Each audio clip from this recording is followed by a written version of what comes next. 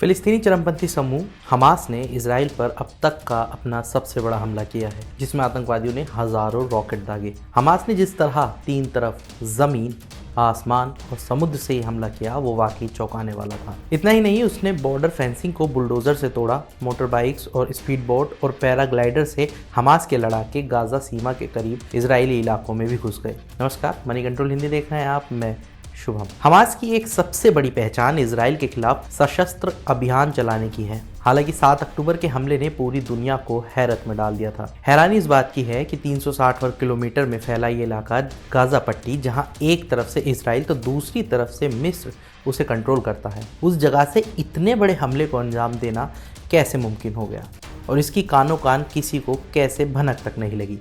उससे भी चौंकाने वाली बात यह है कि दुनिया की सबसे घनी आबादी वाला इलाका, जहां गरीबी है, संसाधन भी बहुत कम है, उस गाजा पट्टी में हमास ने इतना गोला बारूद कब, कहां और कैसे जुटा लिया। जानकारों की माने तो इसका जवाब है चालाकी, काम चलाओ व्यवस्था, दृढ़ता और विदेशी मदद।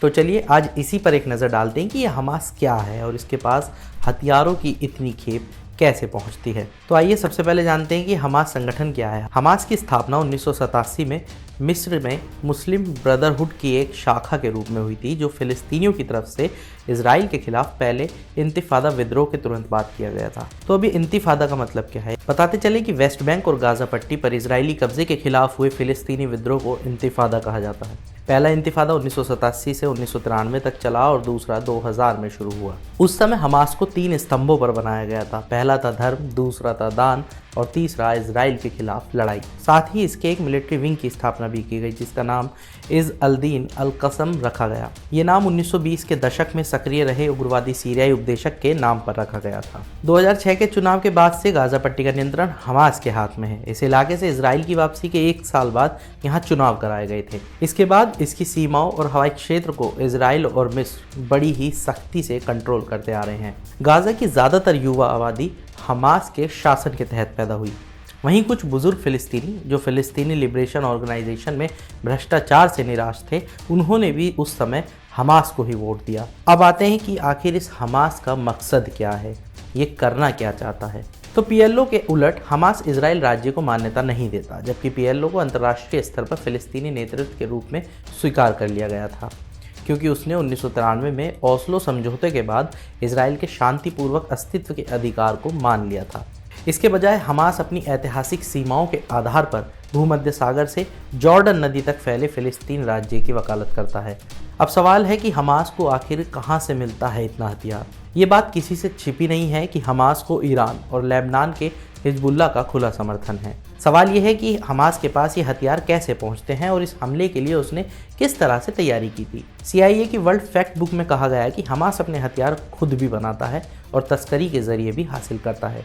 इसके अलावा उसे ईरान से कुछ सैन्य मदद भी मिलती है। 7 अक्टूबर के हमले में सीधे तौर पर ईरान की भूमिका को लेकर अमेरिका और इजराइल को फिलहाल तो कोई सबूत नहीं मिले हैं, लेकिन एक्सपर्ट्स का कहना है कि ये इस्लामिक देश लंबे समय से हमास का बड़ा सैन्य समर्थक रहा है। ये हमास को सीमा पार सुरंगों और नाव के जरिए गाजा में हथियारों की तस्करी करता रहा है। विशेषज्ञों का मानना है कि भले ही इजराइल और मिस्र लगातार हमास के टनल इंफ्रास्ट्रक्चर को तबाह करते रहे हों, लेकिन उसके सुरंग का जाल अब भी काफ़ी बड़ा है। हमास को ईरान से इन सुरंग के जरिए ही गाजा पट्टी तक हथियार पहुंचते हैं। इसमें अक्सर लंबी दूरी तक मार करने वाले हथियार भी शामिल होते हैं। इसके अलावा समुद्र के जरिए ईरान हमास को अपनी एडवांस बैलिस्टिक मिसाइलें भी भेजता है। हालांकि कुछ जानकारों का ये भी कहना है कि ईरान हमास का मेंटोर भी रहा है, क्योंकि ईरान ने हमास को उसके स्वदेशी मैन्युफैक्चरिंग में भी मदद की, जिससे हमास को अपने शस्त्रागार बनाने में मदद मिली।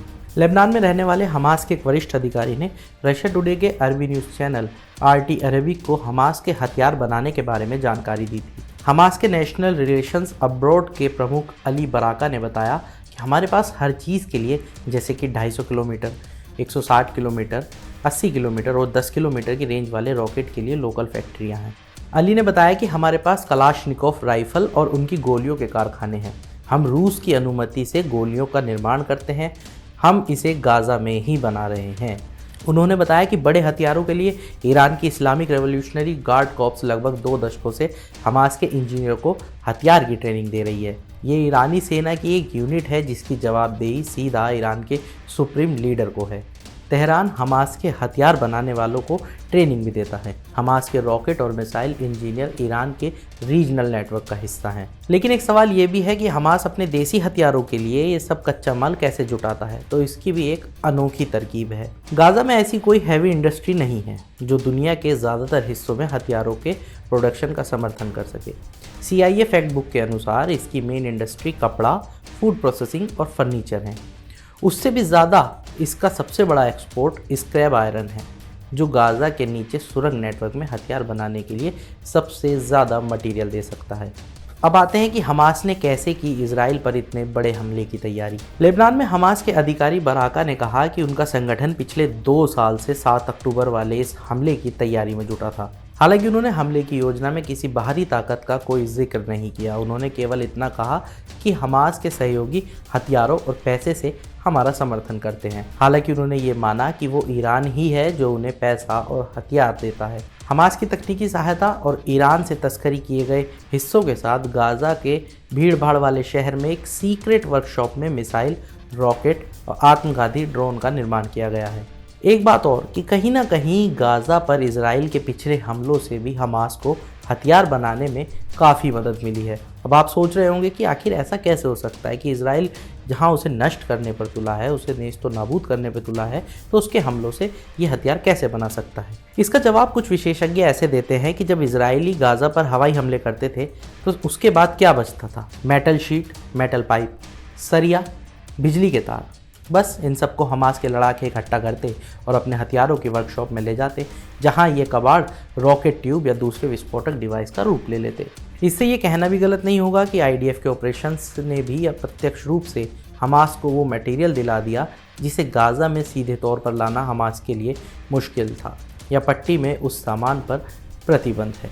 आज की इस वीडियो में इतना ही। बाकी तमाम बड़ी खबरों के लिए जुड़े रहिए मनी कंट्रोल हिंदी के साथ। आप हमारे YouTube चैनल को सब्सक्राइब करें, Facebook पेज को लाइक करें और X पर हमें फॉलो भी करें। तब तक के लिए धन्यवाद।